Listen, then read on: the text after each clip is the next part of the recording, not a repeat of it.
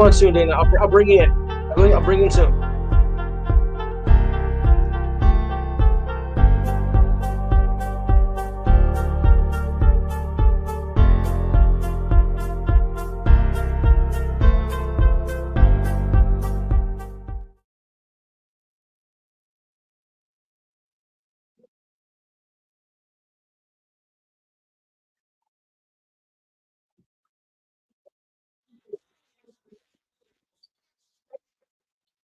Hang on, Greg.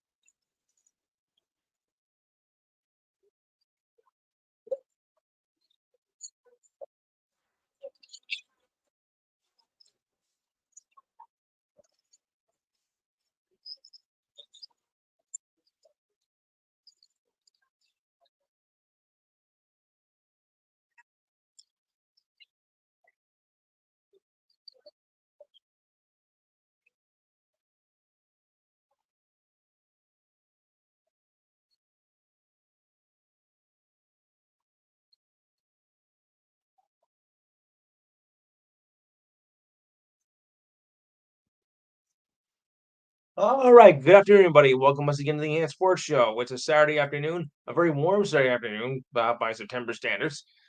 My name is Luke Sonora. Welcome once again to another edition. The phone number, of course, is always 512-543-4662.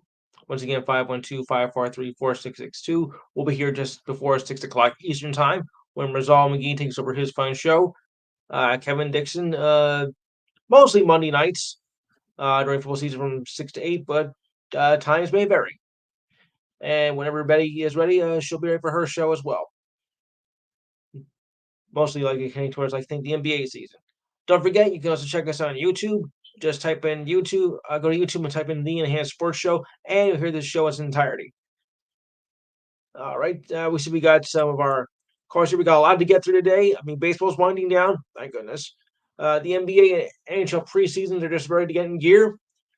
College football and NFL are in full swing right now. So let's get to it. The good, the bad, the bad, and oh yeah, the ugly. All right, so let me bring in my callers in.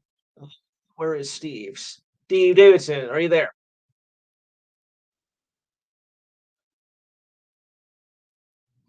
That's for another show for another time. Dana,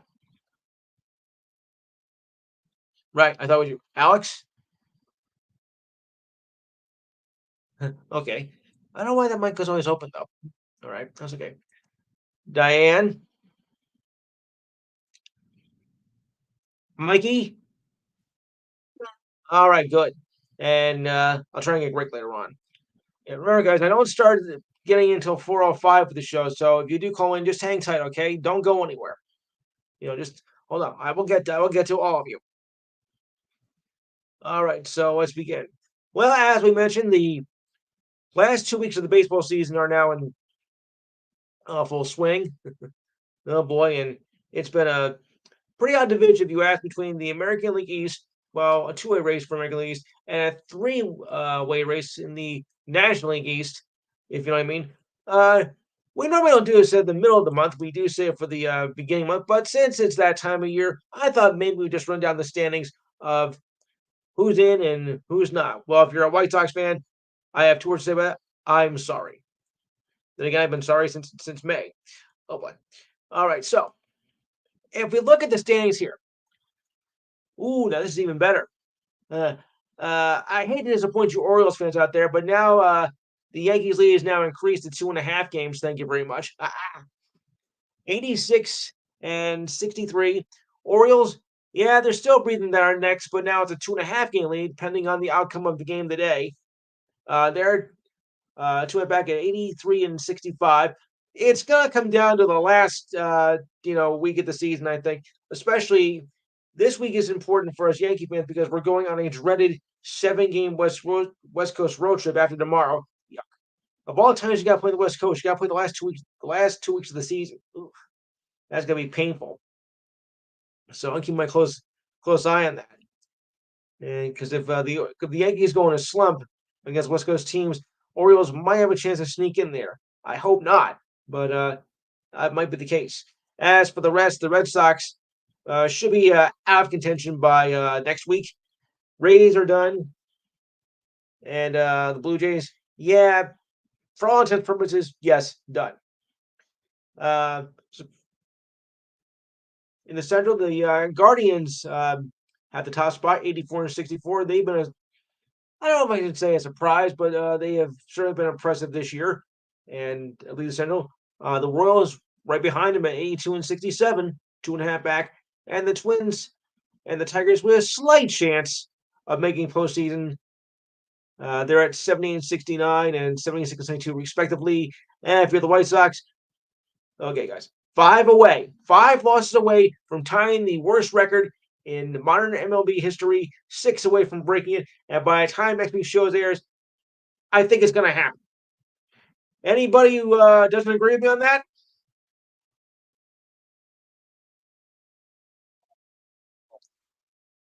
Well, yeah, but yeah, I'm starting off with a little bit humorous.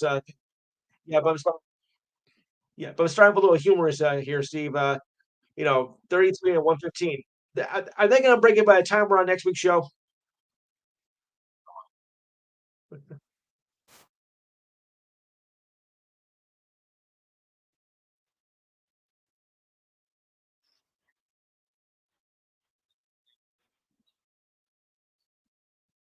I know. Yes. Yeah. Before next week's show, I would. I don't know. I think I'm gonna give it till next Monday. I think I'll give it till then. Yeah. I would say by I would say by either September 23rd or the 24th, they will have officially broken the most dubious and saddest record of all time. Oh, the comic tragedy that the repeat that again, Di?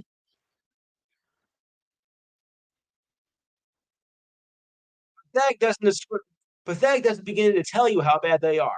I mean, this is all season. This is on the wrong side of history, as we all know, sad as it is, but, you know, I mean, I'm not even paying myself to watch this just to see, how bad it's gonna be, and I thought sure,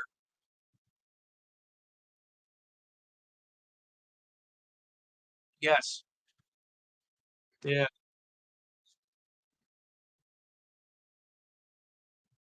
yeah, and what happens with that? It sinks. Oh boy.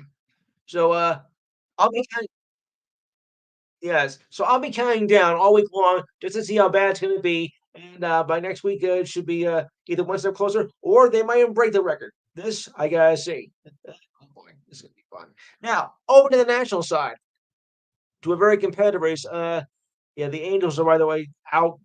Mm, well, what's, the, Angels lost, I think the, Dodgers gain. That's all I can say about that. All right, to the National League. All right, we got a very interesting race here. Now, the Phillies, I think they've got wrapped up with the National League East.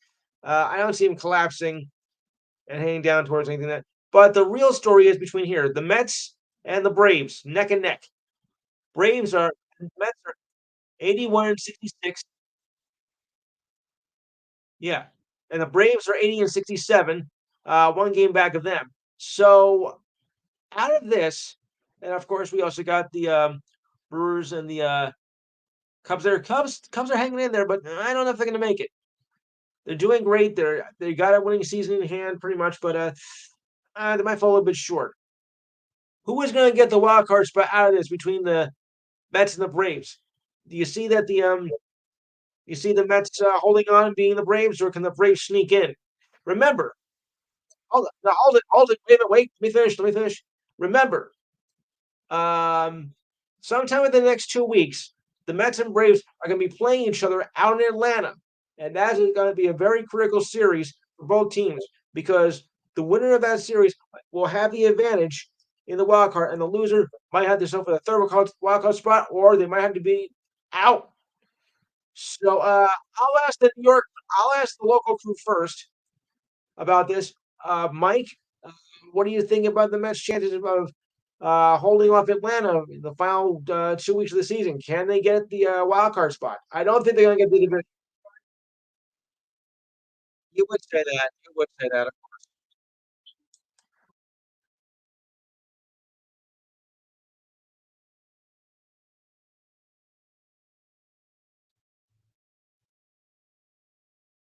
All right. Okay. Alex. Alex. No, no, no. That's right. Mhm. Big time. Big time. Yeah. No. But they did. But they did a bit of bad news as well. Yeah. But they also.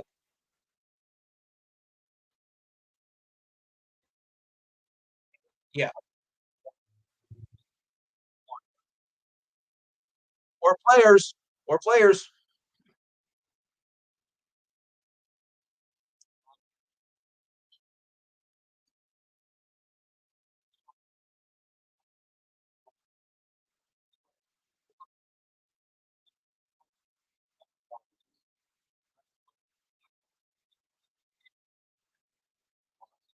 Yeah.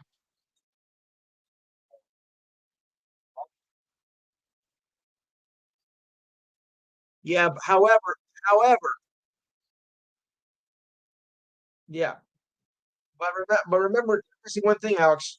You're missing one point here. They did lose a player, well, at least temporarily, because your shortstop Francisco Lindor came down with a lower back injury. So that might be a factor in these next couple of games. So how do you think they're going to do out Lindor?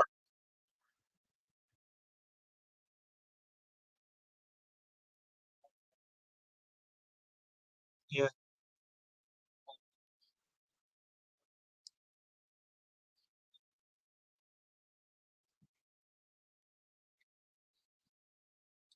Okay.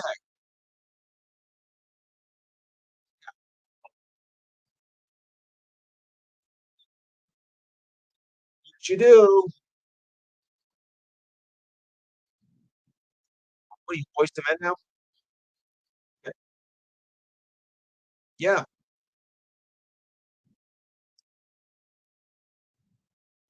Yeah, because what I've always said, you gotta stay healthy, especially now going into this time of year. One injury to one of your great players, and that could be devastating.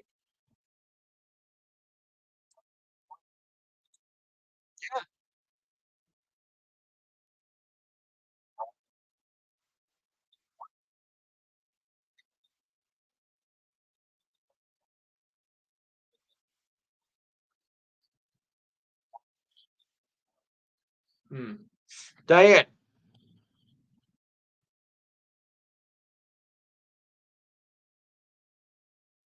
all right. But will they pull ahead of Atlanta? All right. Okay. Okay. Now, Steve.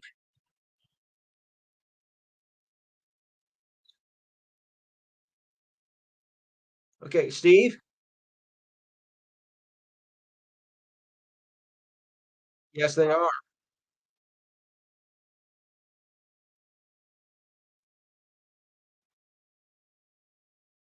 Yeah.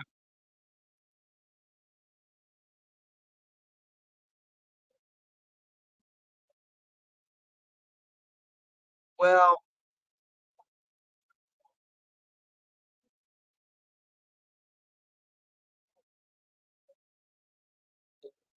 I don't know.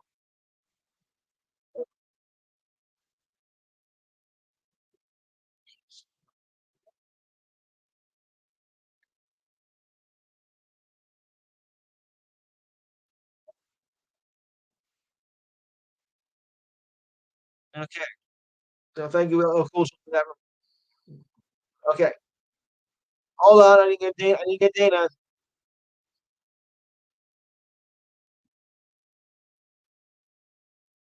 Yes.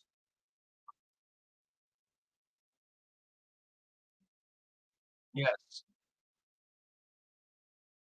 Maybe. Yeah, but remember 2002, they had won 102 games that year, and they were ousted in the first round. Dana, your thoughts? We'll see. Dana? Yes.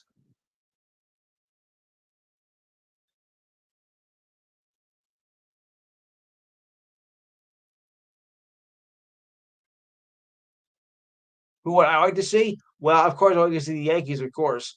Uh, I think I'd like to see a rematch of the 2008 World Series between the Yankees and the Phillies. I think I'd like to see that.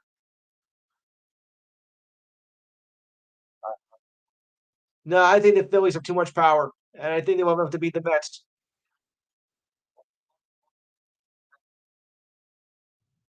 Never was a Met fan.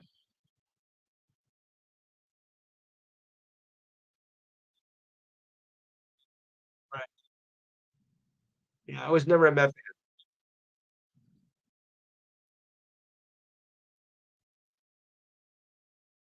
Okay. All right.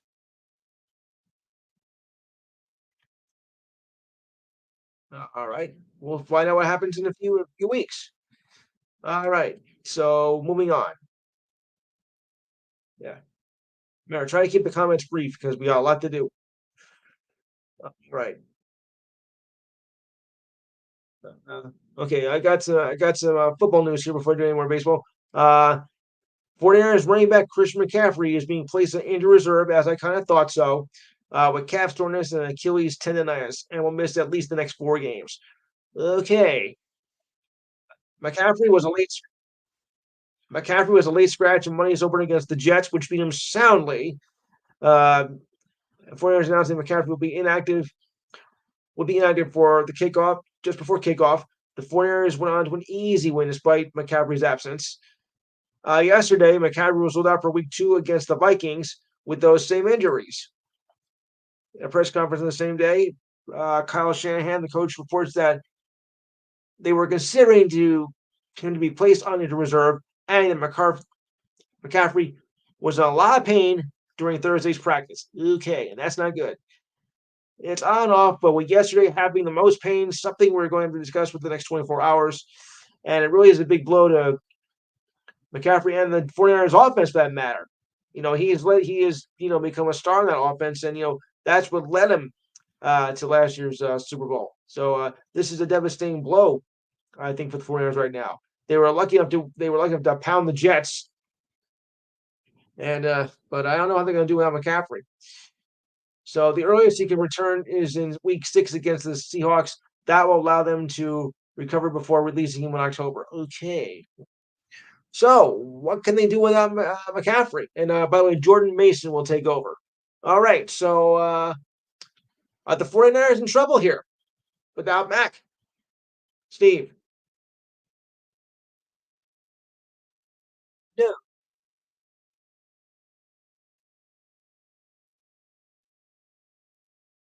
Okay.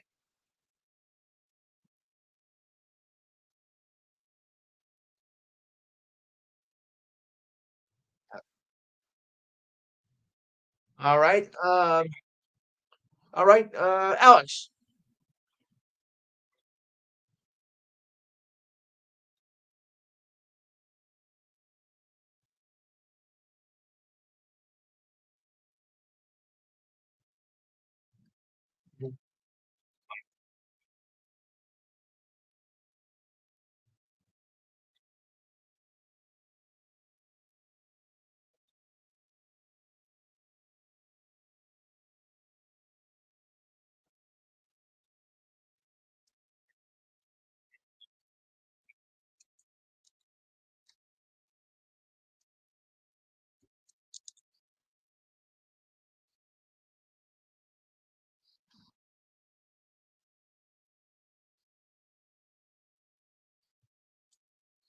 Mike.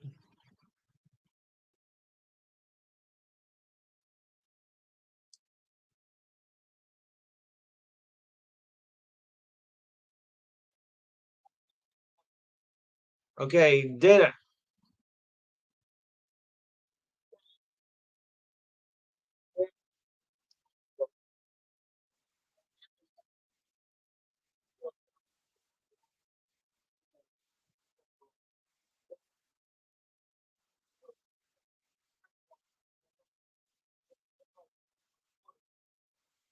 Yeah,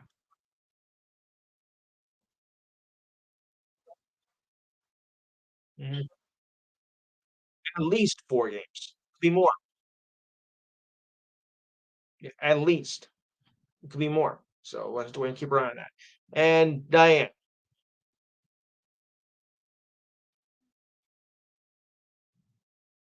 could you elaborate a little bit more?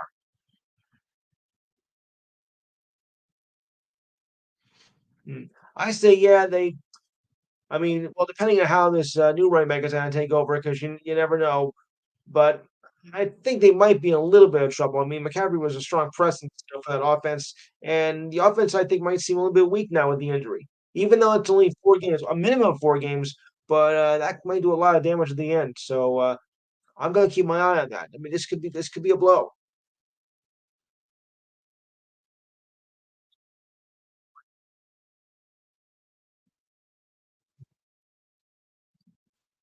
Okay, on paper, yeah, but this. Oh, there is some more baseball news I want to get to because oh boy, this is gonna kill you. All right, how close can you get to a no hitter without getting one? Oh boy, have I got one for you. Um, any Detroit Tigers fans in the house? No? Okay.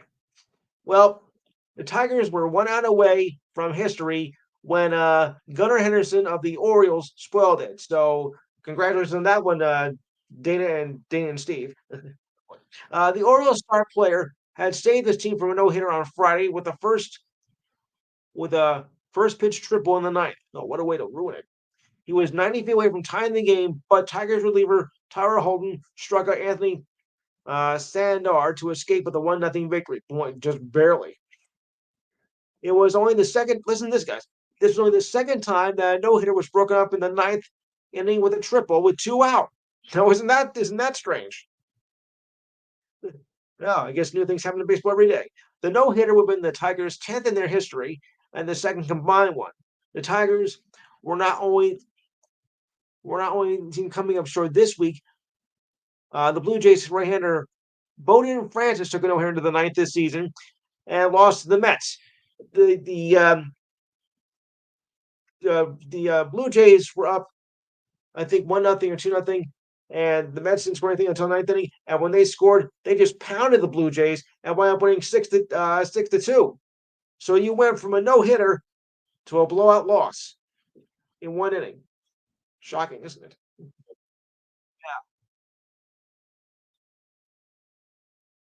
Yeah,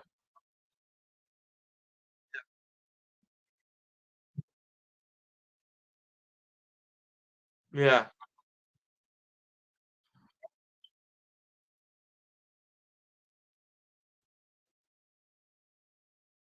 no,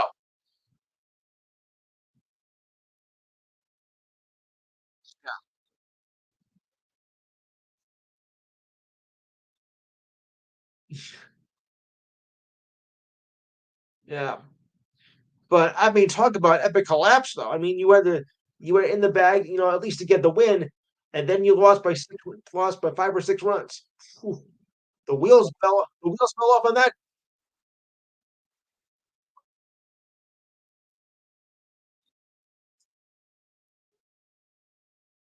No,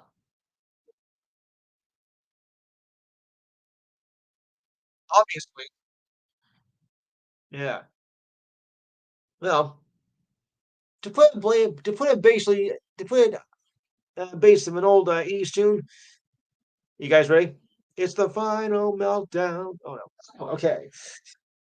Yeah. Thank you. Thank you. I'll be here all week. At least till 6 o'clock. All right. Next. Oh boy. I got to cover some new material. I hope my producer's not hearing this. All right, moving on. All right, so the one of the inspiring stories of the week in the baseball world, Kumar Rocker, I don't think it's original Johnny Rocker, made his long-awaited debut in the majors on Thursday. Johnny, you forgot the Braves in '96, Diane. Okay, Rocker Rocker threw 4 innings for the Texas Rangers on Thursday in a series opener against the Mariners. It was the conclusion of a long journey through the pro game for the top pitching prospect in the Rangers organization. With his parents watching, that's probably added pressure, in the stands, Rocker endured a shaky start by giving up a single to Victor Robles on his very first pitch. Okay, nerves are there. That's normal. I mean, that's normal. You're playing your first big league game, even though it's late in the season. You're probably shaking a leaf. It's normal. Nothing wrong with that. They gave up another single to J Rod, Julio Rodriguez, if you prefer, but escaped the first inning without giving up a run as he struck out Carl Raleigh and Randy Arozarena and a flyout to Luke Raleigh. I guess Luke didn't use the force on that one. Okay. He did strike out 7 batters in his debut. At times left the Mariners hitters guessing, just them guessing. It's like, huh, what? Okay, Rocker missed a chance to lead with the lead after giving up the first run and home run of his career. Solo shot by Justin Turner in the fourth. But watch as the teammates came back down from 3 runs to get the win. Look, you can't expect him to be, a super whiz overnight playing his first game. I mean, okay, he may have the stuff, but he might not. But nerves do get the best of you, especially when you're a rookie in your first game. It happens. So I wouldn't beat him up over this, and I wouldn't have him beat himself up over this either. So Rocker was pulled through 74 pitches, giving up 3 hits and walked 2, but he did have 7 strikeouts. We got where we wanted him, 75 pitches, and it's got to feel good about that start, said Bruce Bochy, the manager. I'm sure he was nervous out there, but like I said, it's normal, and it is. He gave up the first 2 hits, and he has runners in scoring position with nobody out, but he made the pitches when needed. So this says a lot about him, and it certainly does. He was dominant at college in Vanderbilt, which is where I can say their football team. Rocker was selected 10th by the Mets in 2021, but was unsigned due to medical conditions. Then the Rangers drafted him 3rd overall and recovered from Tommy John surgery to earn the promotion, leading up to his major league debut on Thursday. So I think this kid's got a pretty good future here. Given nerves and all and stuff, and what he's gone through in the past couple of years, I think Rocker has a pretty good future for the Rangers. If only when he came in later early this season, they might have still maybe in contention for the playoffs, which they probably don't now. Uh, he's also come from yeah,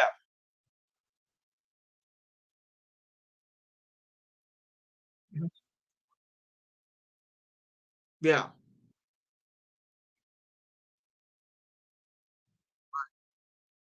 yeah, yeah. But I still think Rocker has something here, and I think he's going to be a great addition to the Rangers next year.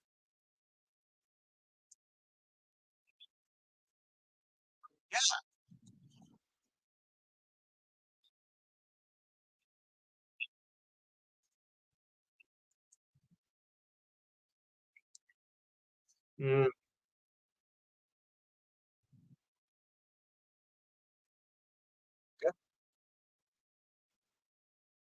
Yes. Any other thoughts on Rocker? Anybody? All right, going once, going twice. Okay, moving on. Remember, guys, it's a fast moving show here. All right. And Guardians All Star left fielder Stephen Kwong is undergoing tests for his back after he was scratched from last night's game against the Rays. He was in the Guardians' original lineup in his usual leadoff spot. However, 2 hours before the first pitch, the Guardians said he would not play to what was described as body fatigue, or as I call it, wear and tear. After the loss, Rays manager Stephen Voigt said Kwan was dealing with back soreness and would undergo tests. It was not known if he had already received them or will have them done today if he hasn't done so already. Quan missed 4 weeks with a hamstring strain earlier this season. Nothing new for him, though, as he's dealt that since his college days at Oregon State. In 3 seasons, though, he's been one of the best leadoff hitters of the game.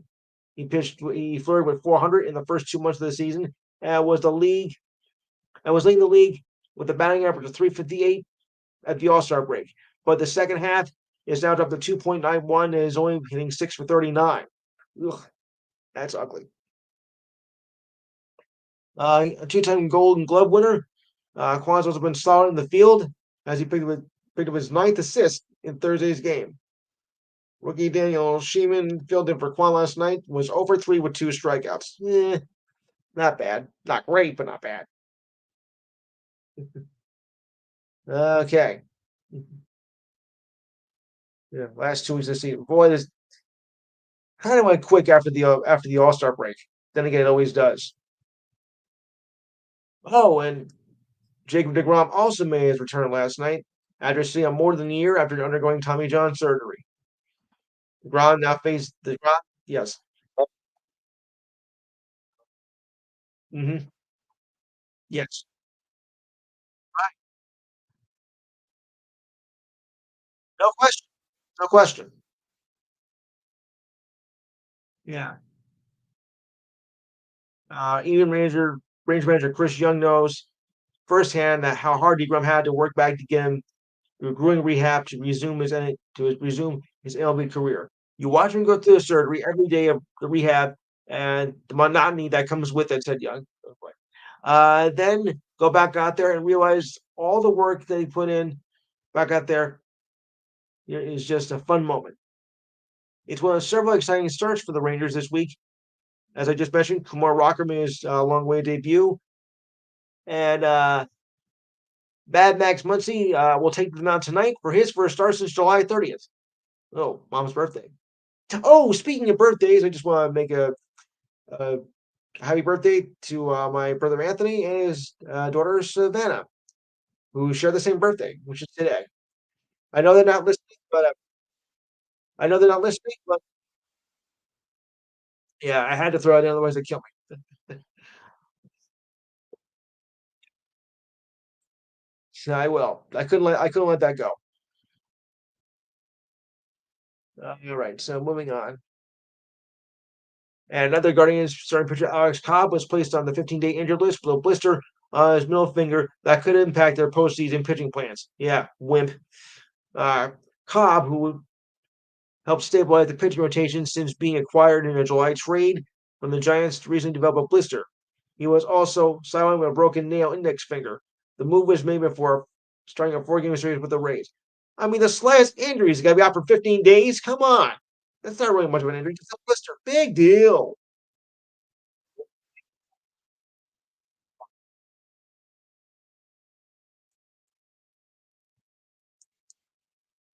Yeah. Hmm. Yeah.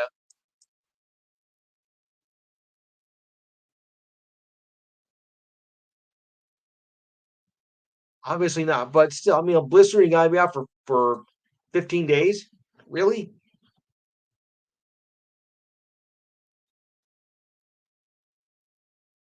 Yeah.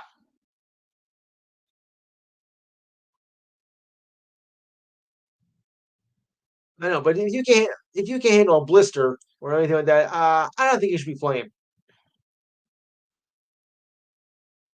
Yeah. Or as I just said, was a yeah.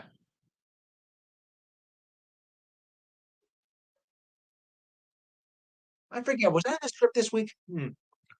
Okay. Right. And don't come back now, you hear? Hmm. Okay, who flipped the script this week? Hmm. Okay. All right. So now I'll go on. Yeah. Okay, okay, that's what happened. Yeah. I thought I wrote the script for this show. And speaking of people who can't stay healthy, Corey Seager is out for the rest of the year for his second sports hernia. Hold on. Yes, he did. Last year, just last year. He went he last played on September 2nd and is head of the injured list on was head of the injured list 2 days later. He finishes with 278 batting average, 21 doubles, 30 home runs, and 74 RBIs, and a partridge in the pear tree. He's hit 30 home runs a season for the last 3 years with the Rangers. Seager is having his hernia repaired on the right side of his groin, pairing with the procedure of his left groin last year. Yeah. Seager played with the hernia on his left side through the end of last season. During the run of the World Series, recovery sidelined him through most of spring training. By having the surgery now, he should be ready for the full 2025 season. Let's hope so. Injuries have plagued him. Yeah,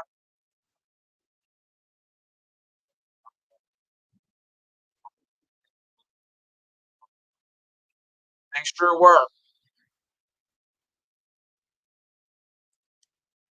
Okay, yeah, injuries, and of course the what I call the what else championship hangover. Basically, what it is hangovers. I'll say it for another show. All right, Greg, you had something you want to add in, so go ahead.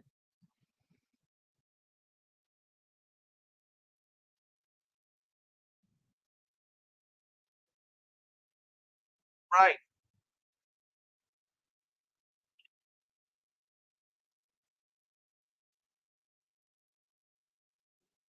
Yes.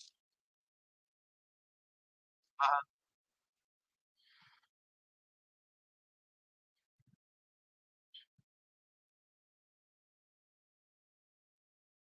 why not?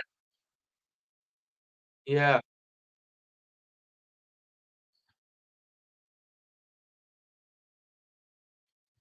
Give her time.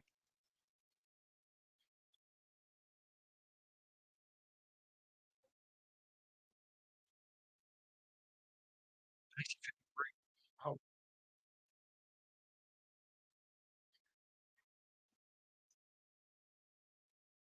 yeah.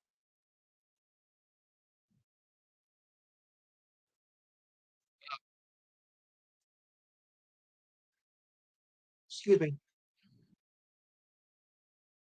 Yeah.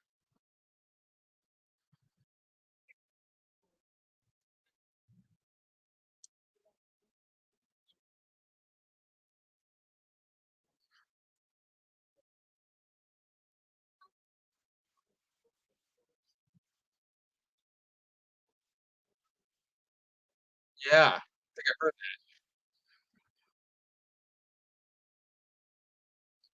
something like that.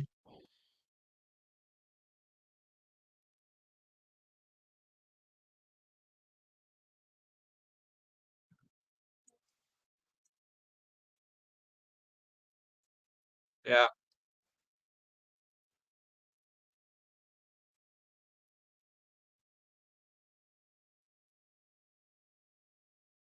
Uh,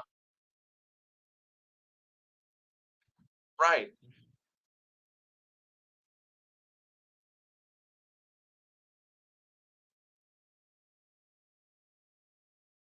Yes.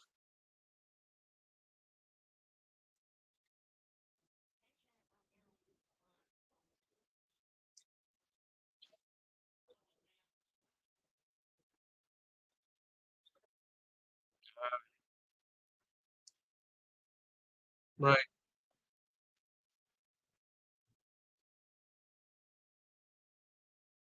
No, of course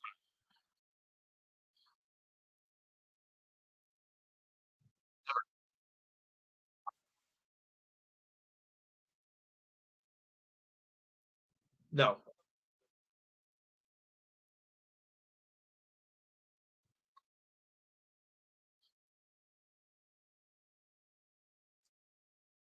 Yeah.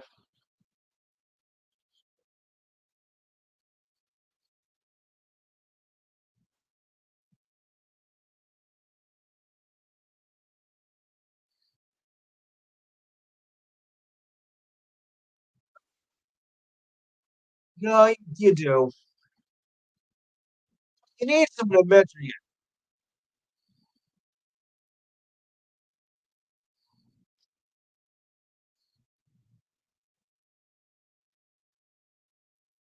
Yeah.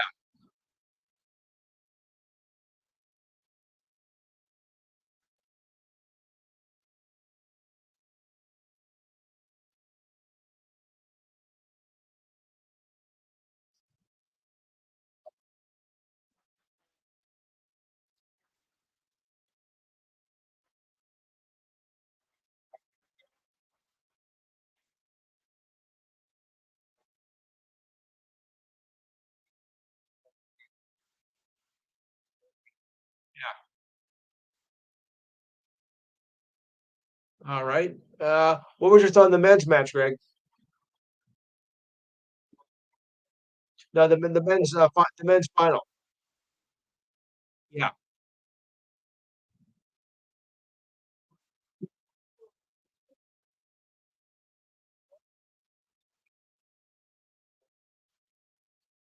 Yeah.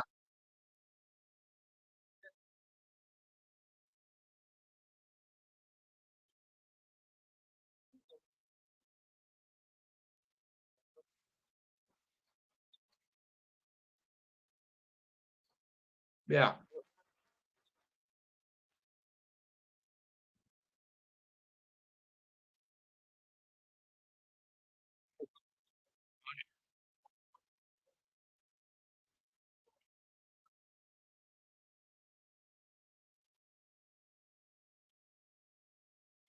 Yeah. All right. All right. Well, thank you. Right, so we'll move on now. You know, like I said, it's tough to get, with the injuries this time of year as well.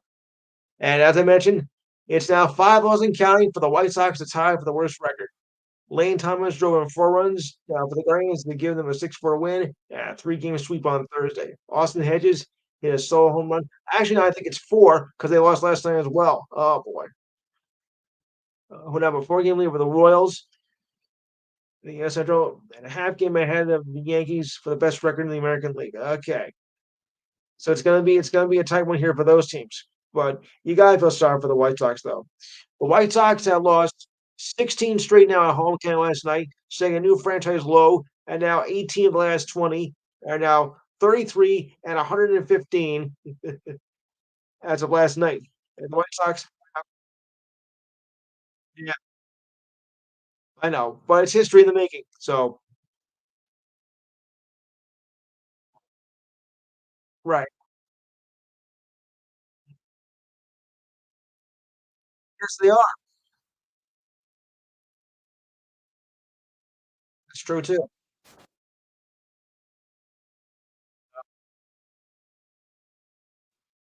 So,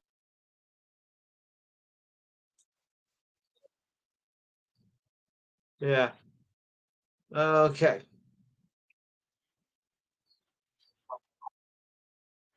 Right. Yep. A very long time indeed. All right. So, all right, Steve, you got anything in the WWE and UFC report?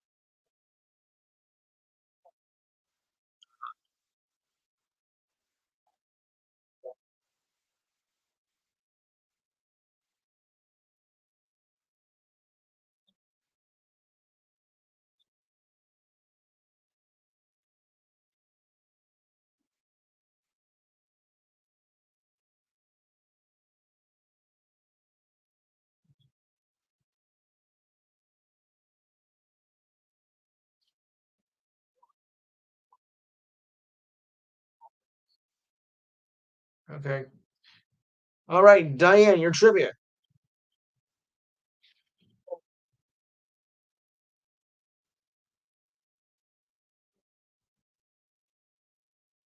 Okay.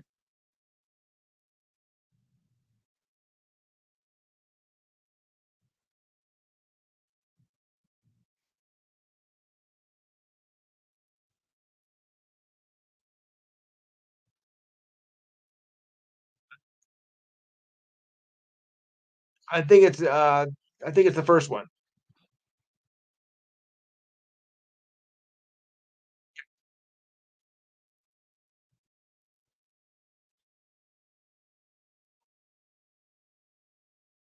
Okay.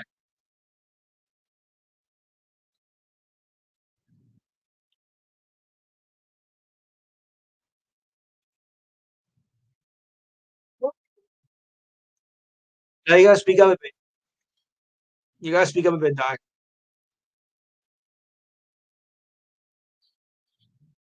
I can't say I have.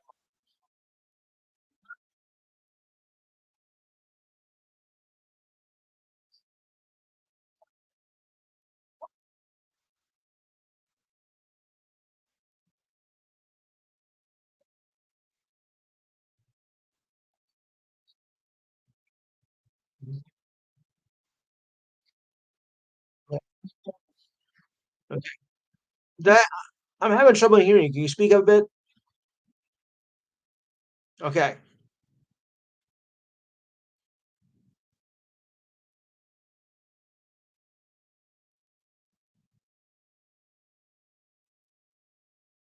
Africa, Portugal. Okay.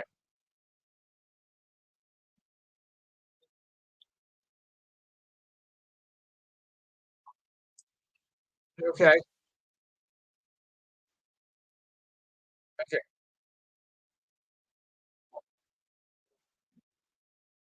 Yeah. Alright. Okay. Alright, now I got some ridiculous times a week before we go to football. Uh, this one I think is kinda ridiculous, but I'll let you guys be the judge of this. Draymond Green will have no shortage of opportunities when his NBA career is finished, which is approaching. Perhaps the most likely path for Green will take would be, well, an NBA analyst. Sure, he's done it with inside the NBA and TNT, but Celtics forward Jason Tatum has other ideas, and this is where the ridiculous part comes in. Tatum appeared on the Tonight Show with Jimmy Fallon this week and was asked by the host which NBA player he believes will have a good second career as a WWE wrestler. His answer should not surprise you. Not only does Green have the physical altercations on the court, but he feeds off the crowd's energy, especially in a hostile environment. Simply put, he's a showman. If he wants to ever reprise his role as a heel after he's done playing, then perhaps the WWE is a good second career choice. I kind of thought it was a bit ridiculous. I don't know. I don't think I can see that happening. Him being a WWE wrestler after NBA is over. I don't know. Dennis Rodman, maybe. But Draymond Green, I don't know.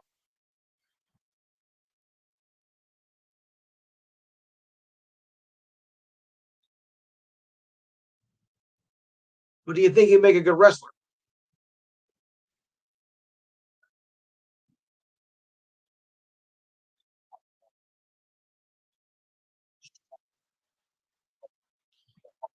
Hey, nobody's bigger than the nobody's more tough than the Undertaker. Let's put it that way.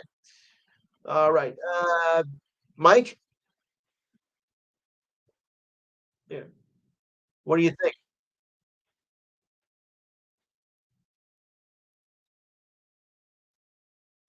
No. Steve, what do you make of that?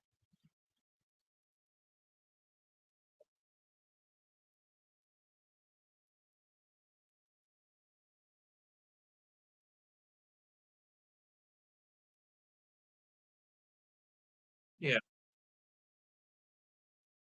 Okay. Yeah, but Hulk Hogan wasn't a basketball player, then went to wrestling. I don't know how Draymond Green's going to stack up being a wrestler.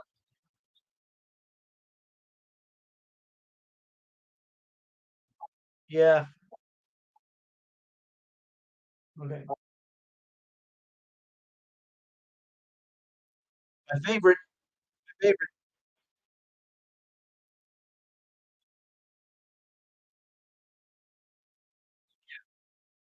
sparring. Yeah.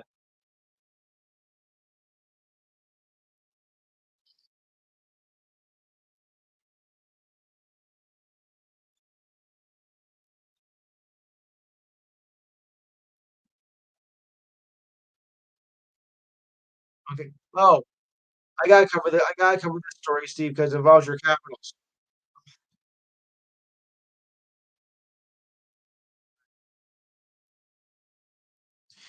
Okay. Okay. I gotta move on. All right, Steve, this next concerns you and Dana. Uh, Tragic news report with one of your former players with the Capitals. Forward Stephen P. died from injuries he sustained in a car accident from the NHL Alum Association announced on Thursday. According to the report, Pete was a pedestrian when he was struck by a car on August 30th in Langley, Vancouver, which is 30 miles southeast Vancouver itself. The Langley police issued a news release about pedestrian around 4:15 a.m. on August 30th. First of all, what are you doing on the middle of the road at that hour? But Pete was not identified as the person being injured. He played with the Capitals for 4 seasons in 130 games and finished with 8 goals and 2 assists, while mainly an enforcer with 234 penalty minutes. Ugh. He was traded to Carolina December 2005, but never played a game with them, and he officially retired in 2007. He was 44 years old. He battled in his post hockey life. He battled with concussions and addiction issues, and was even homeless for a while. And our thoughts and prayers go out to him. That's got to be a shame, though. At only 44 years old. You know,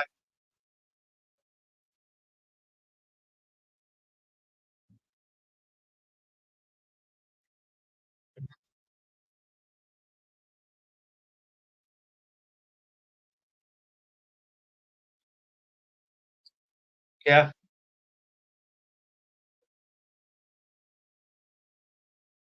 Send him to the CFL. He does not. I think he should. I think he should quit. He's got 3 concussions already. I don't. I don't think. I think his school days are done. Well, yeah. I mean, look, 3 concussions. He's done. He needs to retire. He does. No,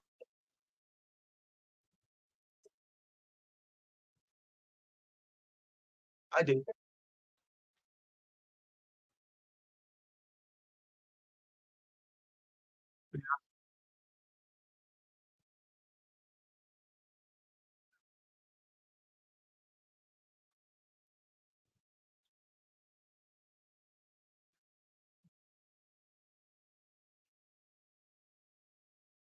Keep your comments short, please.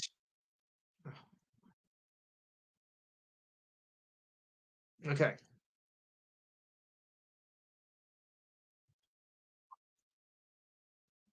Yeah. He has to go. You're right. He does have to go. All right. Yes. Before he before he gets paralyzed.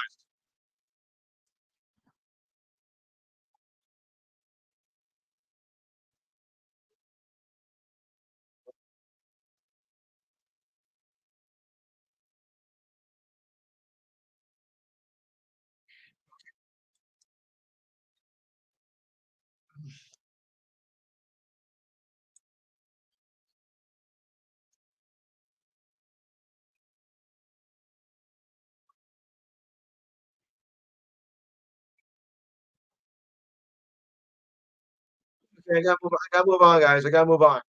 All right. Okay. But before we go on to our next list of news, I got a question here. Is the New York Yankees a contender for the World Series? Now, according to this poll here, 75% say yes, 0% said no, 25% said if they get hot at the right time. So I'll ask quickly, what do you guys think? Do you think the Yankees are a contender for the World Series? I know I do. I know I think they do. You would say that, Steve, of course. Anyone else?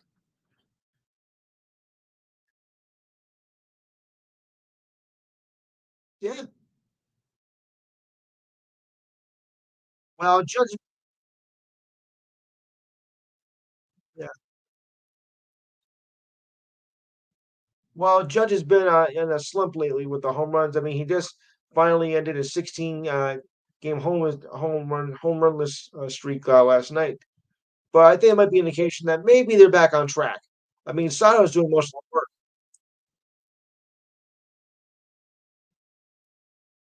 Yeah,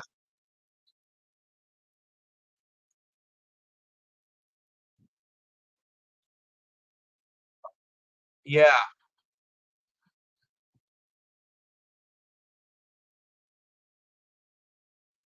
right.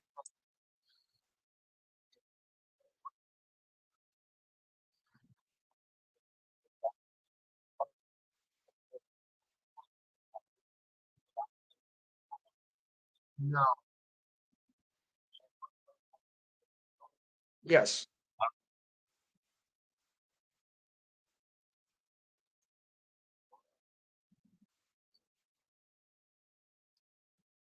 Yeah, that's gonna be the question right there, 'cause that's a three-way race. One we can say for the, Yankees and Royals, 'cause that's only a two-way race in the American League, East. Alright, well, Di, I got some bad news for you, concerning, Luke Hughes. Um, he'll miss 6 to 8 weeks to recover from a shoulder injury that he suffered earlier this month. An announcement was made yesterday. Hughes suffered the injury earlier this month in off-season training. After being evaluated by medical staff, it was determined that Hughes would not require surgery, which is good news, but would take at least 6 to 8 weeks to recover. The timeline means that Luke will miss all the preseason and the season opening games next month in Prague. The earliest he'll be returning, that could return is October 20th, but by that time, he'll have already missed 8 regular season games. Well, the Devils are going to start heavy early this next month. Luke played in all 82 games last season and had 41 assists and 6 goals and was third for Rookie of the Year.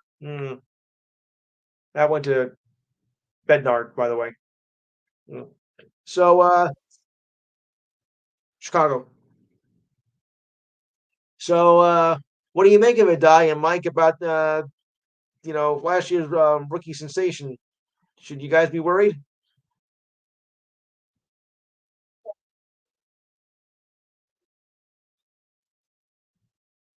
How about you, Di? Oh, I'm in big trouble now. Alan, I apologize. I thought it was someone with your line last night. That's why I didn't make it. But I'm glad you're here on the show here. My apologies. I'm sorry. And I know maybe that you were still running because I tried for like an hour and nothing's going. So I thought, okay, it's probably not going to happen. But I heard one last night, but that's okay. So, any thoughts of what we were mentioning? Tennis, golf, baseball, dodgeball.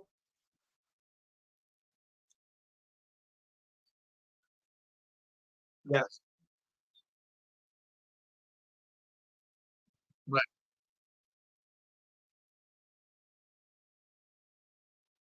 Yeah. You and me both.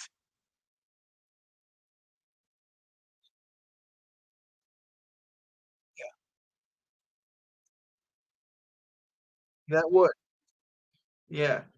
And by the way, Youngster beat Taylor Fritz in that men's open final in straight sets, 6-3, 6-4, 7-5 to win the US Open. So that completes the majors for the tennis season this year. Okay. All right. Oh, I did have some football news here. Alan, you follow college football, right?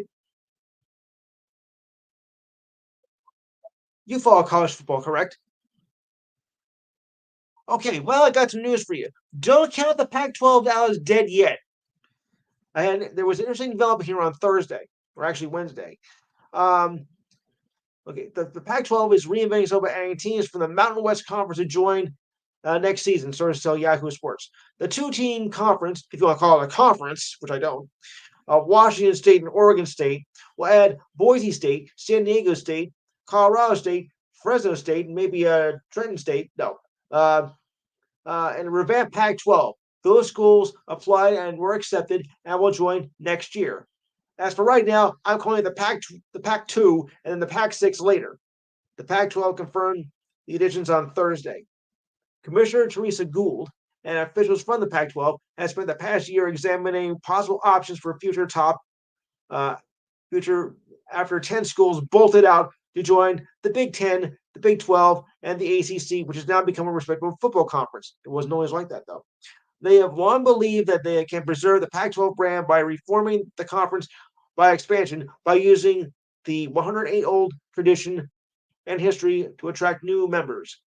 This is expected to be the first phase in a multi-phase expansion endeavor to reach at the very least 8 schools, which is the minimum to qualify as an FBS conference. With the affirmative four joining, the league still needs 2 more to complete the process. It must be reached. It must reach the requirement by July of 2026, the end of the NCAA's 2-year grace period. Well, at least you still got some time. The Pac-12 board must approve any member applications. The deal was approved earlier on Thursday. So hey, maybe we might have some Pac-12 to look forward to after all, because right now the Pac-12 is well dead. And I'm glad to see. Okay, tell me this. Why can't they reform the Big East? Really? Oh yeah, you now call it the AAC, or as I call it, ACT. I mean, really.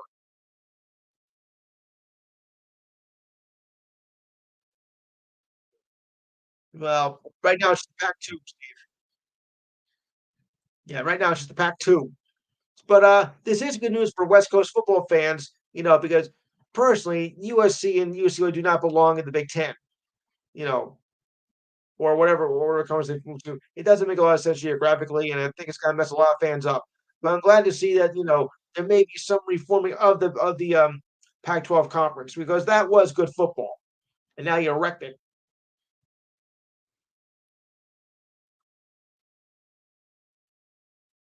Yeah,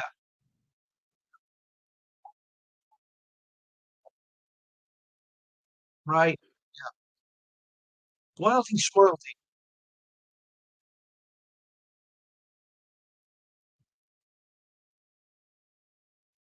Yeah, right.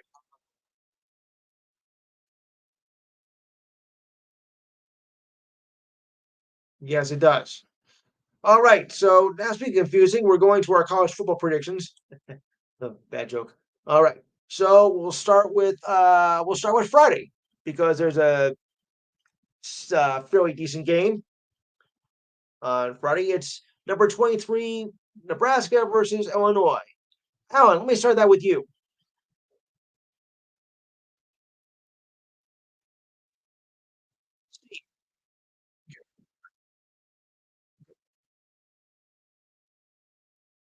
Steve,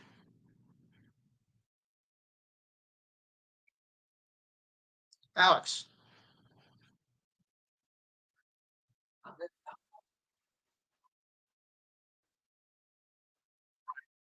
Okay.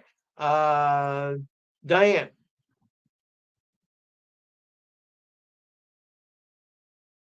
Oh, great. Dana. Well, since Diane missed her turn. All right. Diane, are you there? Okay, her line must be busy. I'm gonna go Nebraska too.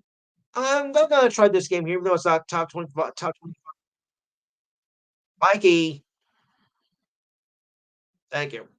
All right. I'm gonna do this one here, even though it's not top 25, but I think it's interesting.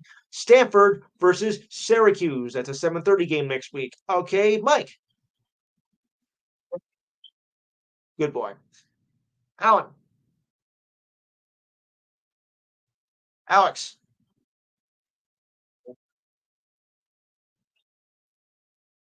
Dana.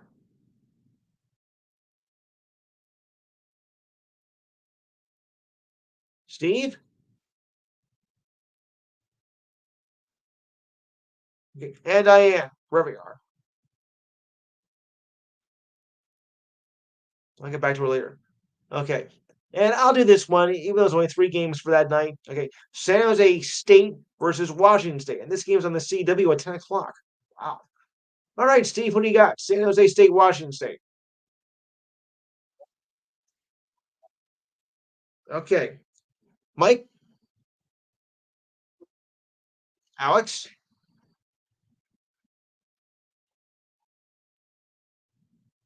Dana, Diane. Okay. Alan, did I get you? Okay. Now for Saturday's games. Okay. Oh, this is going to be a laugher. Ready, guys?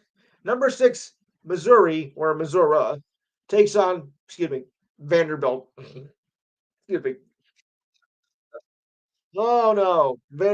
Diane, this is the worst team in college football history. This team is pathetic. I mean, really. Is there anyone here who thinks that's in Tennessee? Is there anyone here who thinks Vanderbilt has a chance against Missouri at all? Missouri versus Vanderbilt.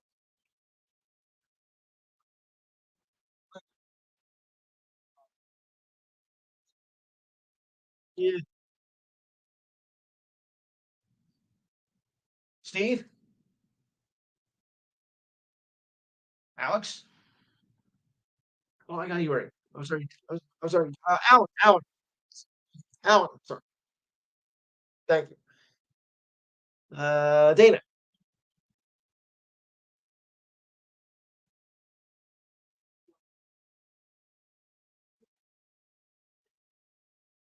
Missouri. Where it is. All right. Dana. Diane. I have Mike. Okay. Missouri it is. Okay. LSU versus UCLA. And this one might be a bit interesting. Maybe. All right. Steve.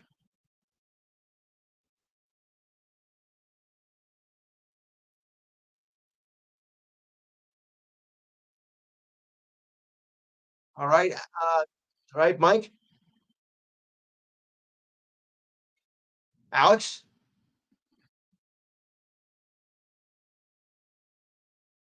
Yeah. Yeah. Right. Okay. Alan. Dana.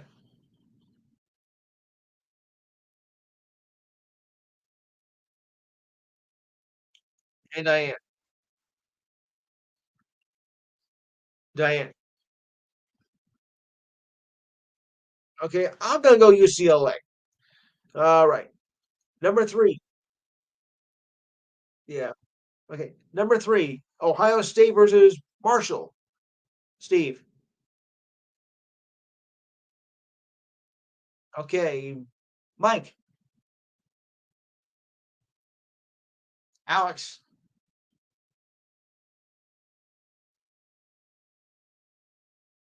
Alan.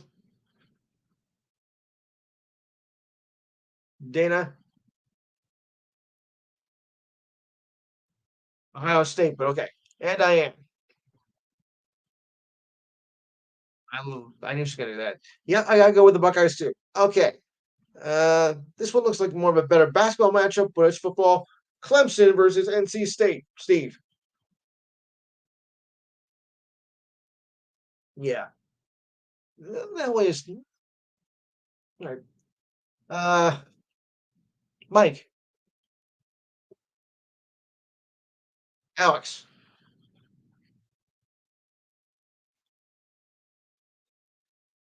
Clemson, North Carolina State.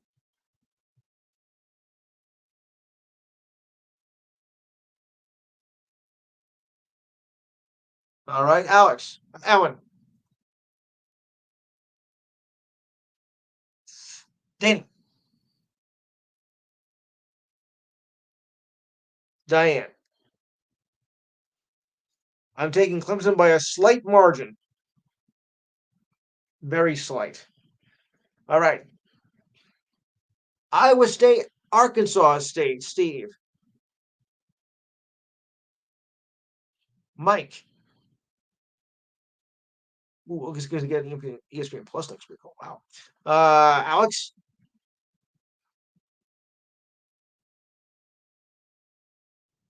Alan. Dana. Diane. Iowa State it is. All right. Penn State versus Kent State. Steve. You got to listen to Penn State, Kent State.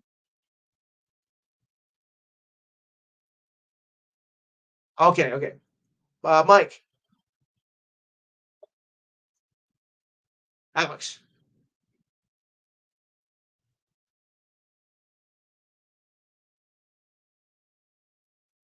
Okay, Alan, Dana, Diane. I'll go in Penn State. All right. Okay, this is gonna be a tough one here, guys. Listen carefully. USC versus Michigan. Steve, you say Michigan. Okay. Alex.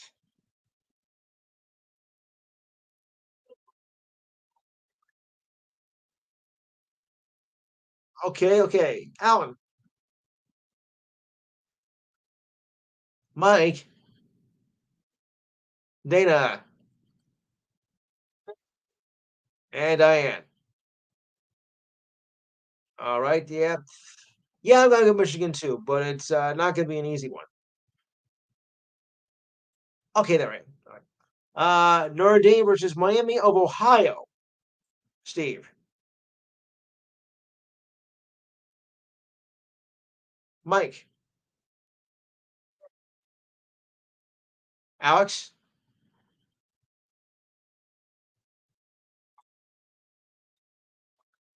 Right. Alan. All right. Diane.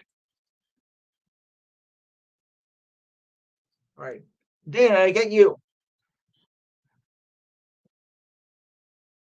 Notre Dame it is. I'm glad to see they rebounded from last week's loss. Ugh. Well, they are rebounding, I should say. All right, moving on. Okay, Louisville versus Georgia Tech. Steve.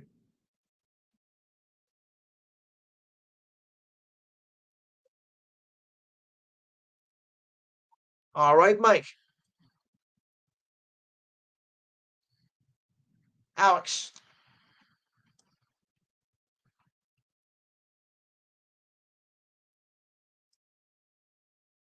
Alan.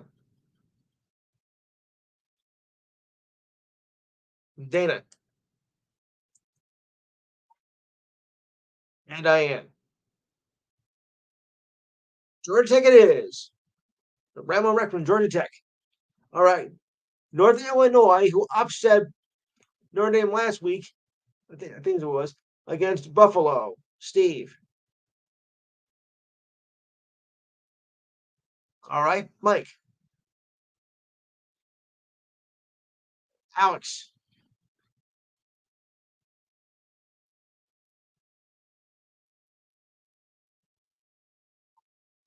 Sure. Yeah, right. Alan.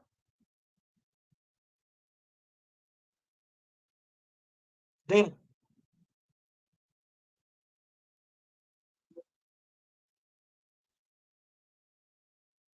Okay, even though it sounded like a question mark, but okay. And Diane. There's one in every crowd, folks. I'm going Northern Illinois though. All right. Ooh, another good matchup here, guys. Listen carefully. Number 12, Utah versus number 13, Oklahoma State. Steve? All right. Mike. Mike. Wait, calling you guys. All right. Alex.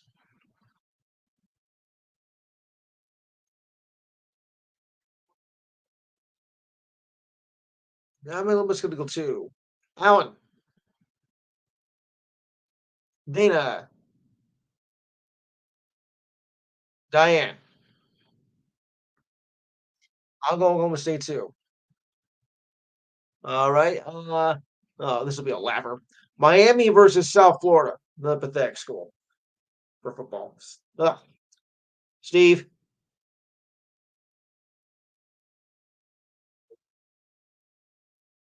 It's another battle of Florida. Miami versus South Florida. It should be easy though. Mike. Uh, Alex.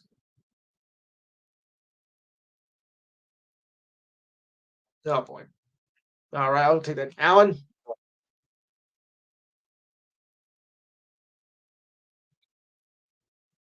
you mean Miami and I mean Miami and South Florida.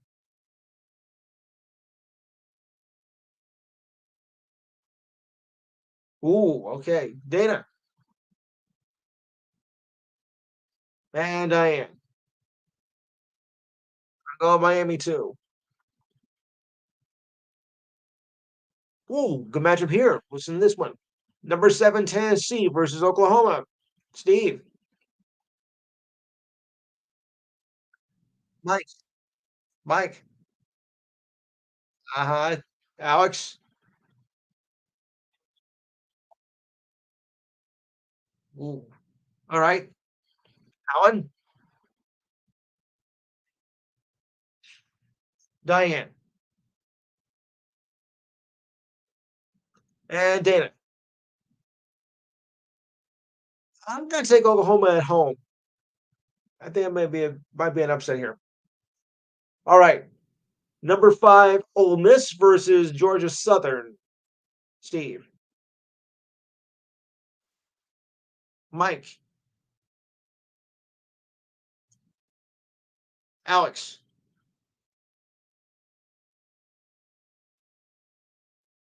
Alan, hmm, Dana, and Diane. Ole Miss it is. Number 2, Texas versus UL Monroe. This should be easy. Steve, it's in Texas somewhere. Steve,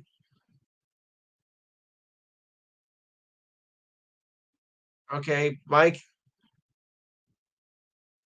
Alex, Alan, Dana, Diane. The old road of Texas. Okay. All right. Number 24, BC versus Michigan State. Steve.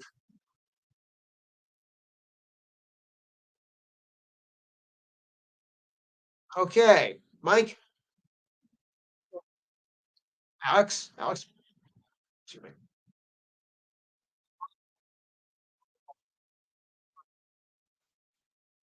Okay. Alan, Dana, Diane. How come Michigan State too? Okay. Kansas State versus BYU. Steve. Mike, Alex.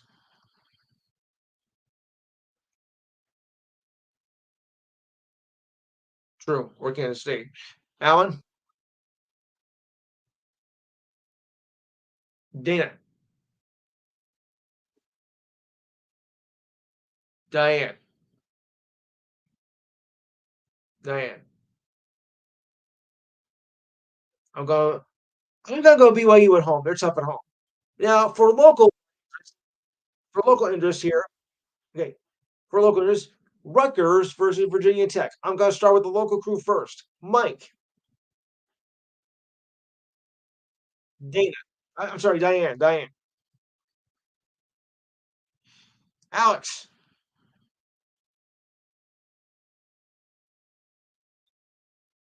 Okay, now everybody else. Dana. Good. Um, Steve and Alan. Good. So am I. Go Scarlet Knights. All right, NFL. And then I'm going to ask you guys something. Well, Diana already knows, but I'm going to stick with football because I want to get honest answers after this is over. All right. So, well, I took Buffalo over Miami on Thursday. Boy, was I stupid about that. Was there anybody else was stupid as me to take that?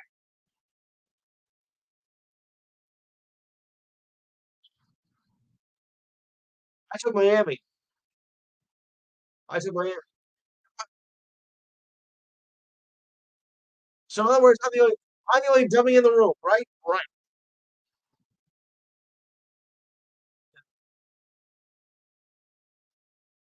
Okay. So yep. So I guess the only idiot here is me. Okay. All right. Well, hope I'll do better now with the rest of them. Okay. Starting with your 1 o'clock games, we have the Saints taking on the Cowboys. Steve, Mike, Alex, Alan.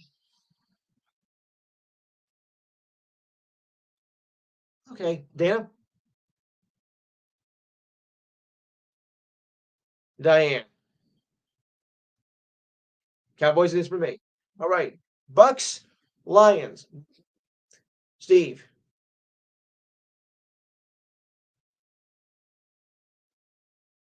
All right. Mike,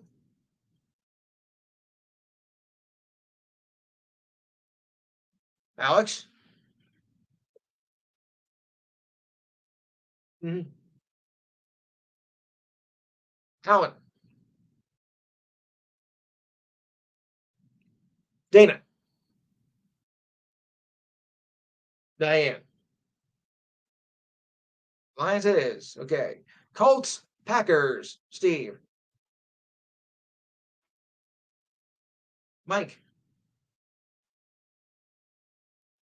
Alex,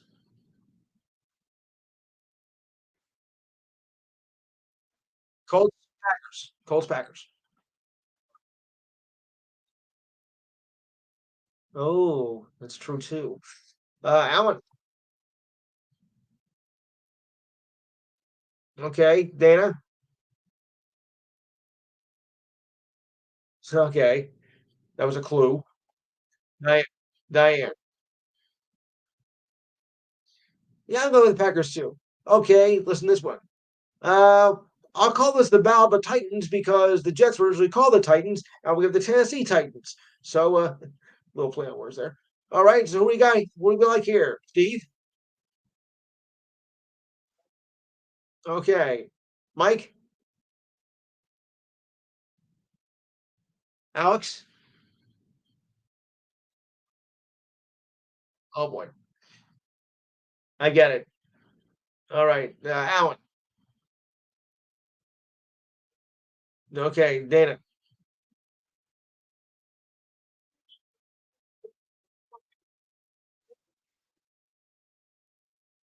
Yeah. Okay. I thought you were gonna say five. Okay, and Diane. Benny the Jets. So at least you didn't say Rocket Man. Okay. Moving on. 49ers versus yeah, right. 49ers, Vikings, Steve.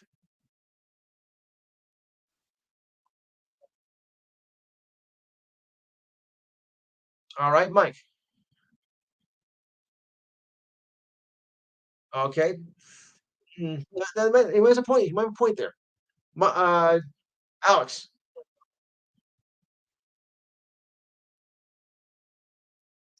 Right. Okay, Alan. Dana. Diane. Niners it is. Okay. Okay. Seahawks versus them. Steve.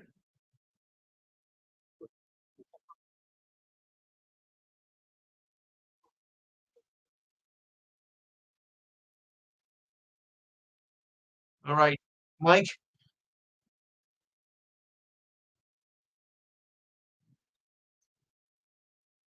Alex.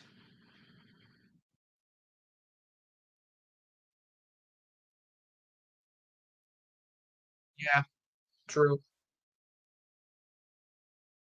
Neither do I. Alan. Yeah. By the way, Alan, I always refer to the Patriots as them. Okay, so just to be clear on that. All right, Dana. Dana. Diane. Seahawks it is. Giants, Commanders. Okay, Steve, go.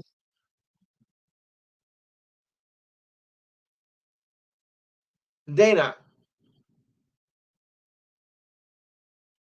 Mike.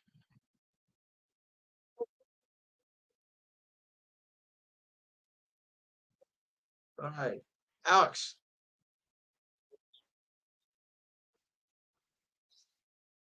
Alan,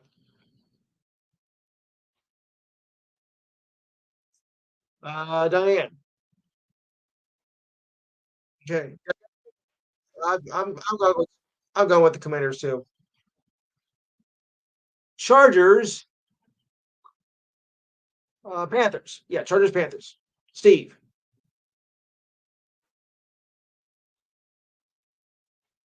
Yeah.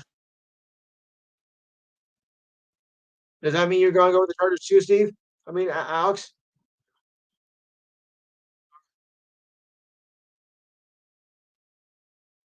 Mike. Okay, Mike. Okay, Alan.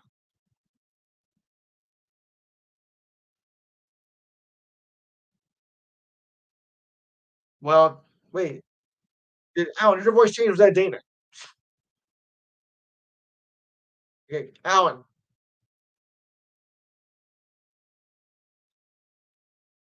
Yeah, Chargers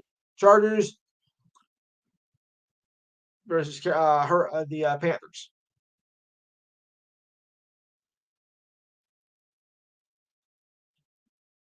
Okay, and Diane. Chargers. Wait till I call your name, guys. Okay, so nobody else missed their turn. All right, Browns, Jaguars. Steve.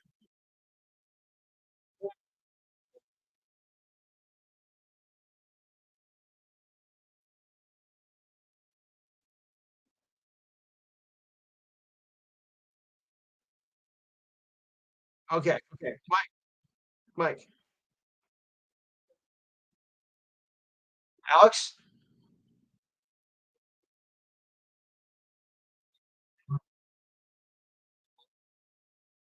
Okay, Alan.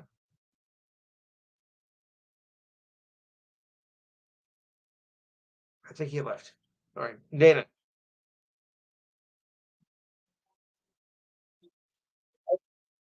Okay, and Diane. I'll go with the Jaguars. Alan, are you still there?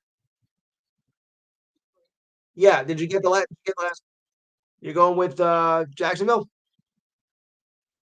Okay. Raiders, Ravens, Raiders, Ravens. Steve,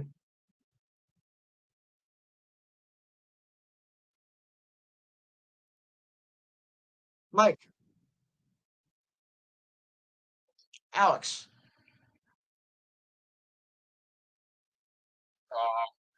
Okay, Alan, Dana,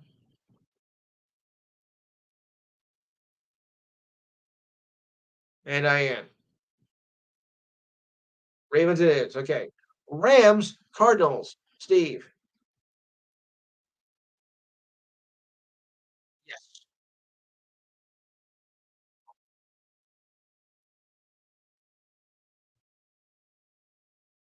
Okay, Mike, Dana, Diane, Alex, yeah, and Alan. I'm gonna go with the Rams. Okay. Steelers, Broncos. Steve.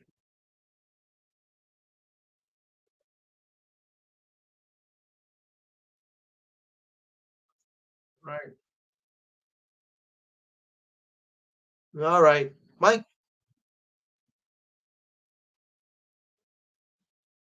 Okay.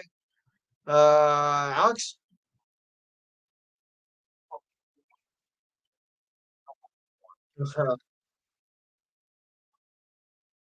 Wow. Okay. Alan. Wow. Dana,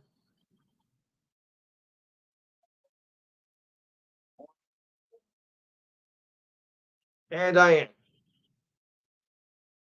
Steelers it is. Bengals, Chiefs. Okay. Steve.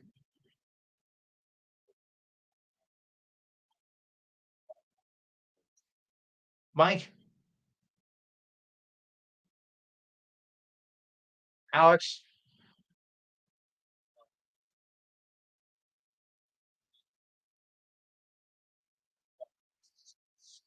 Alan, Diane, and Dana. Chiefs too. Bears, Texans. Steve.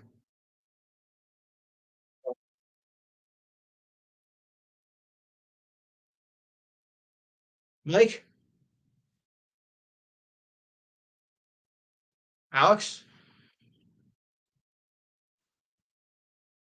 Alan, Dana,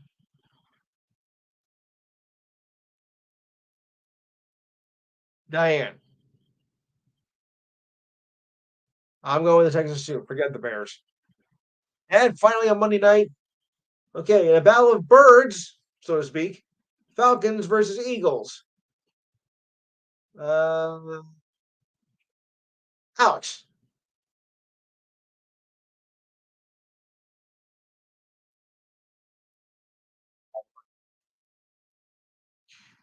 All right, Steve.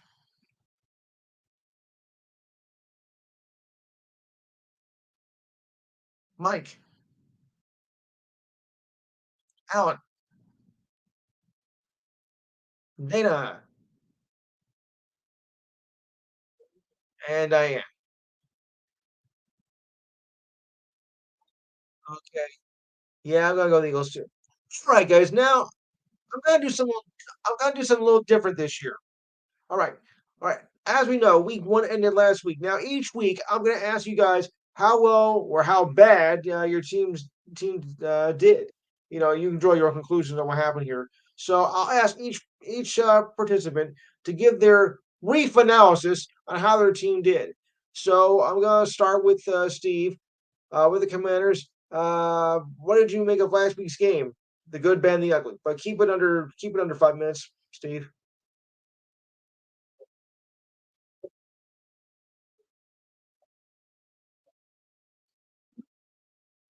Mhm.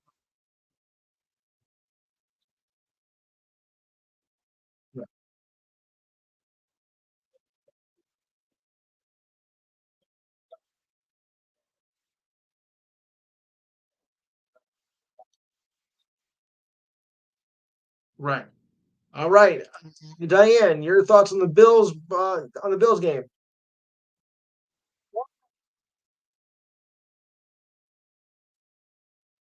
Keep it official.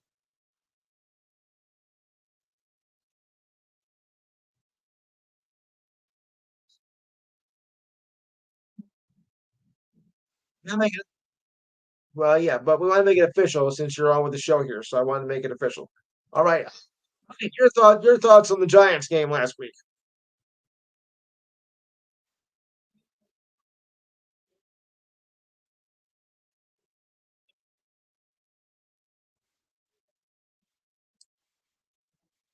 You can say that again.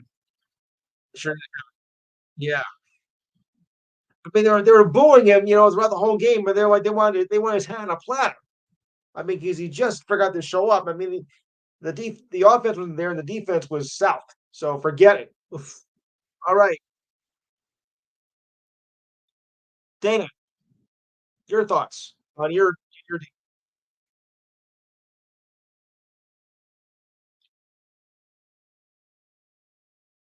Alex.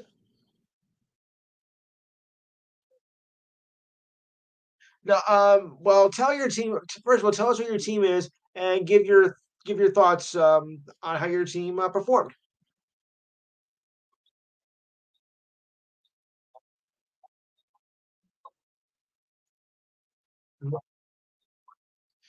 Alan,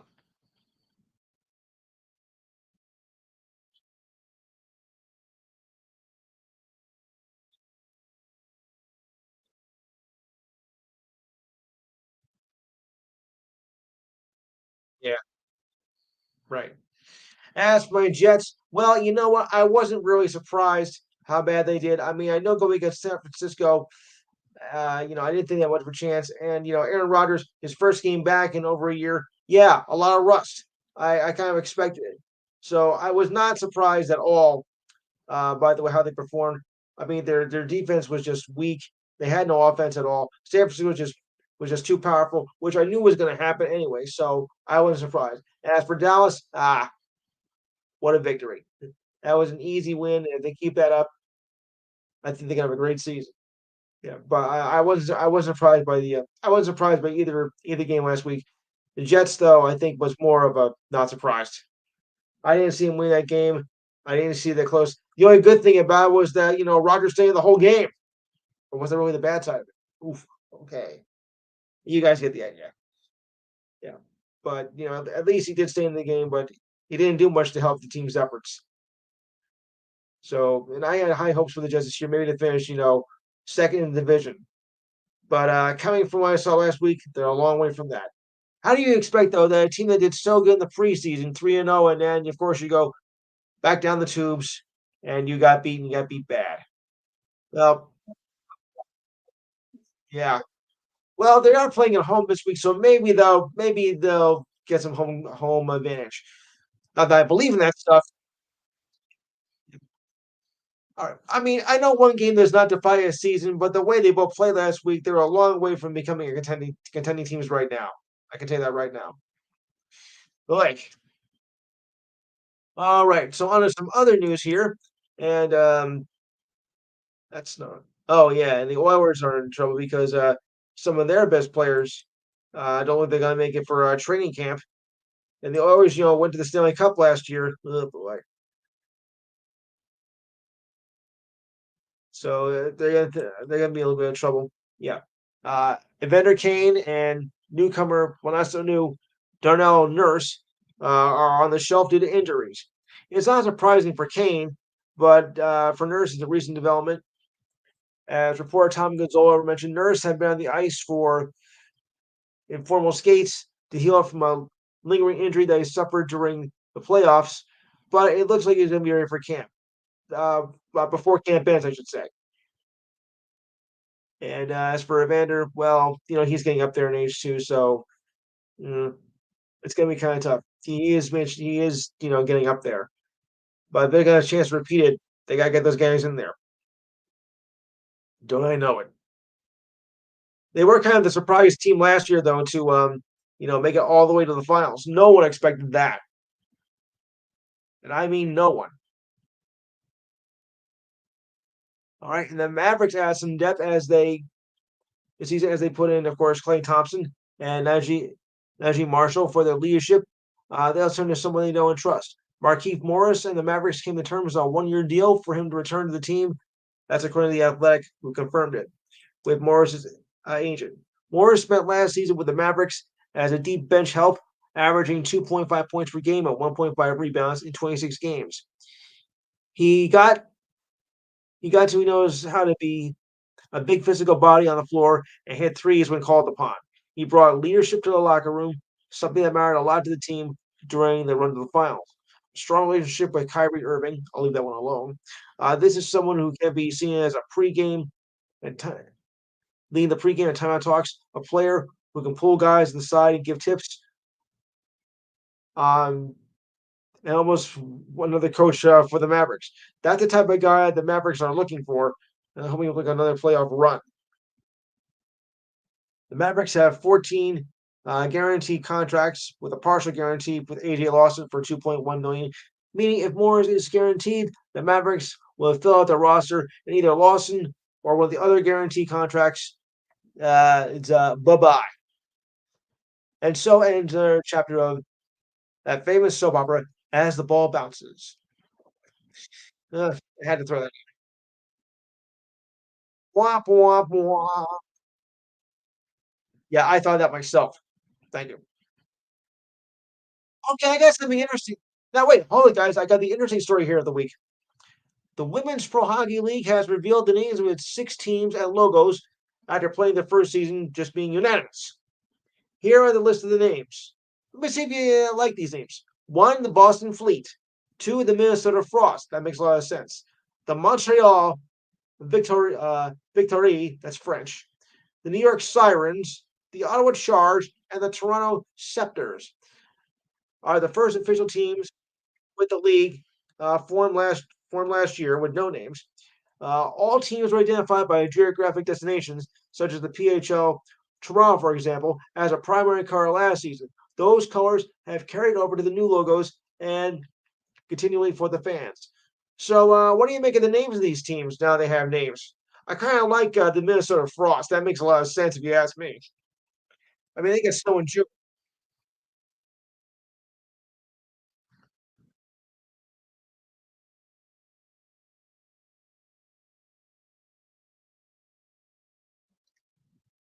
I think I heard that. Yeah, I don't know why they just. I don't know why they just don't play at the Garden though, and share with the Rangers. Why not them? Hmm. Yeah, well, it should draw more attention to the arena for the hockey team. So yeah, that might help.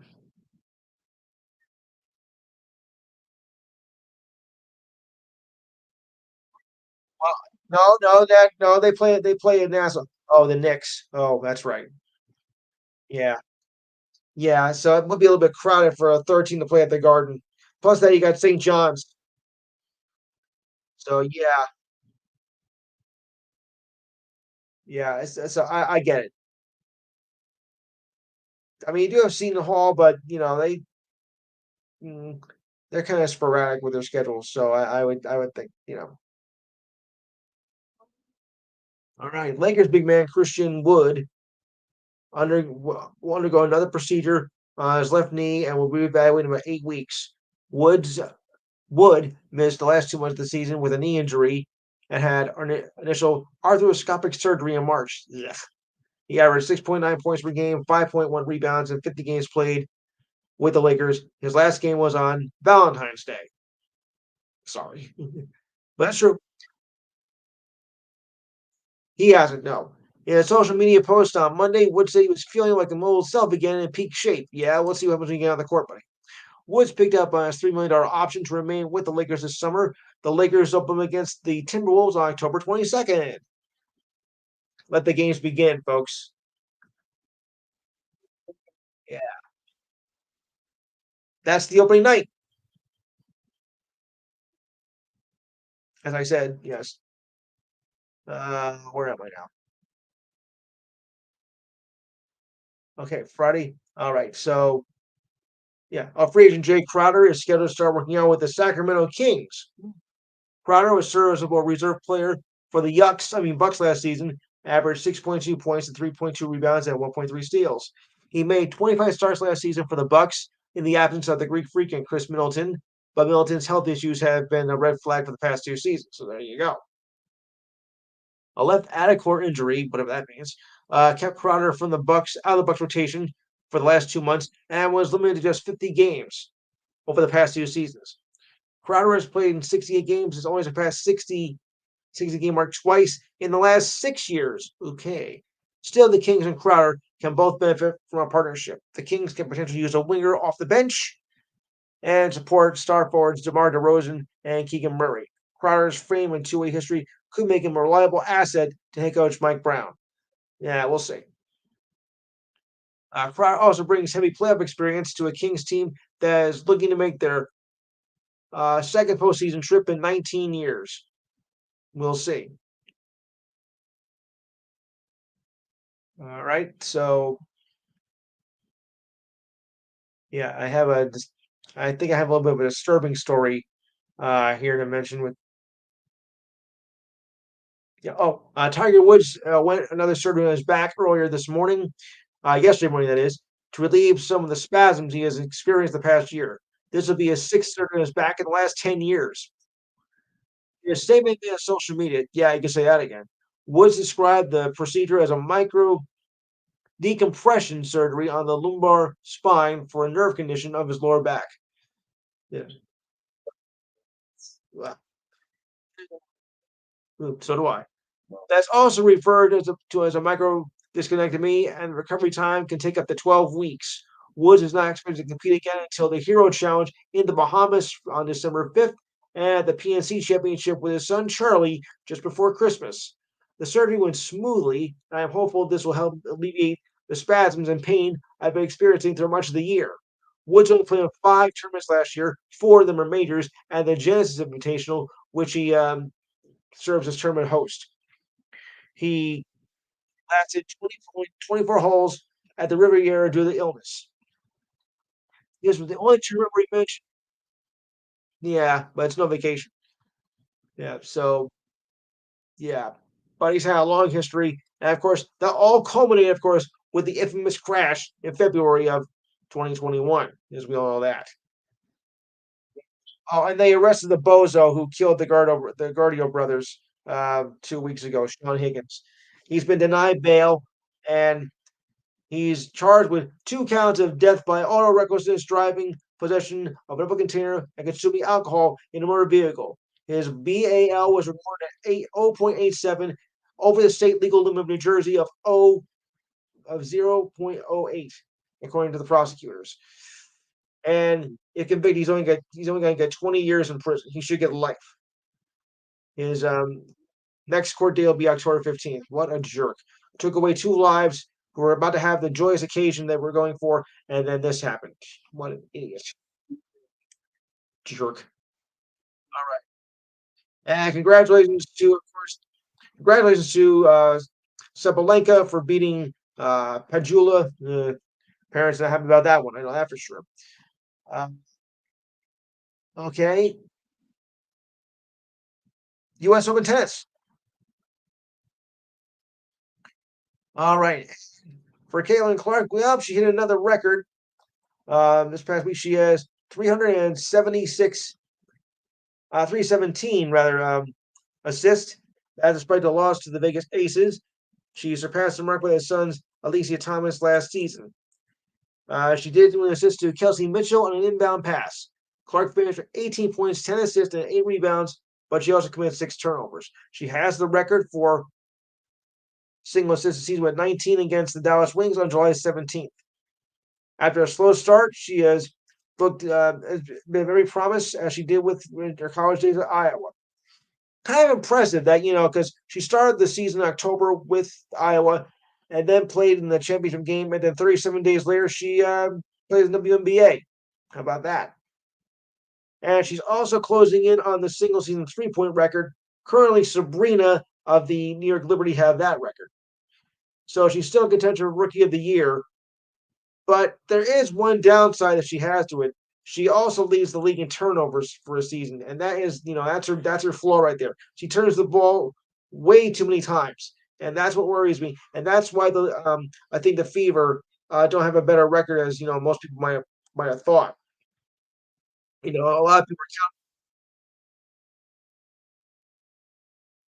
yeah, that's true, especially with the turnovers that she commits. So she has to watch that, and that's probably why why Iowa isn't running up the scoreboard and wins. Only 2 games above 500.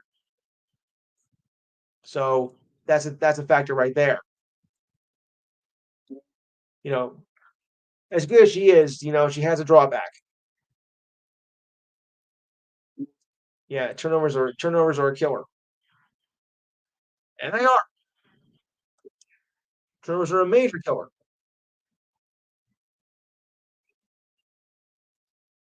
Oh, then I gotta do a brief in history. Okay, just a little brief in history. I'll try to do yeah more of the modern record. Oh, Willie Mays gets his 82nd extra base hit, beating Mel Ott's record in 1954. Oh, I think I know somebody who's related to him, and so does Diane.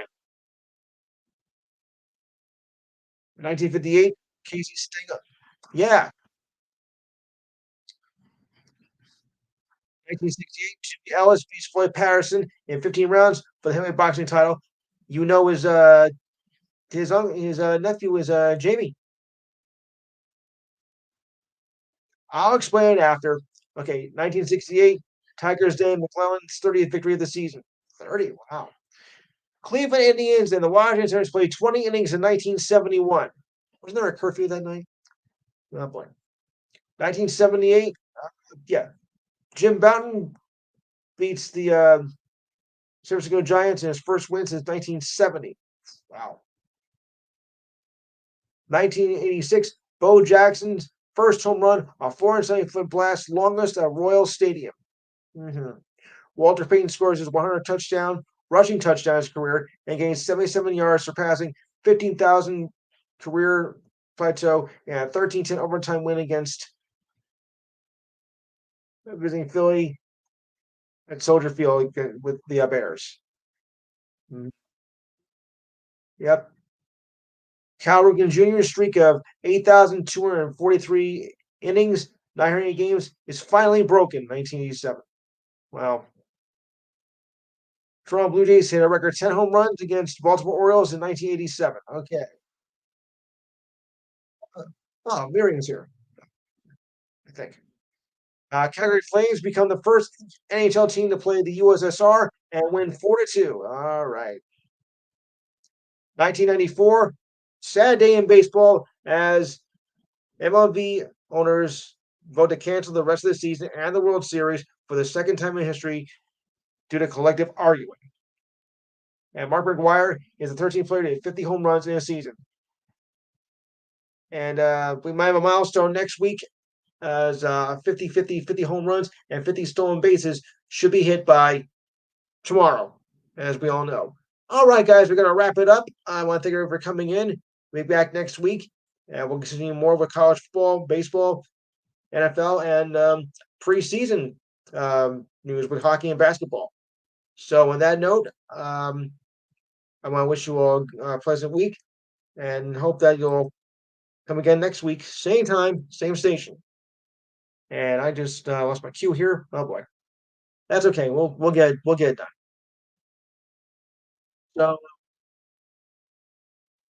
oh yes, yes, Frankie Rebel. You mean the lead singer of Maze? Oh yeah, right. That's who it was. I forgot. I was thinking the guy from Camp. On that note, guys, good night. Good night.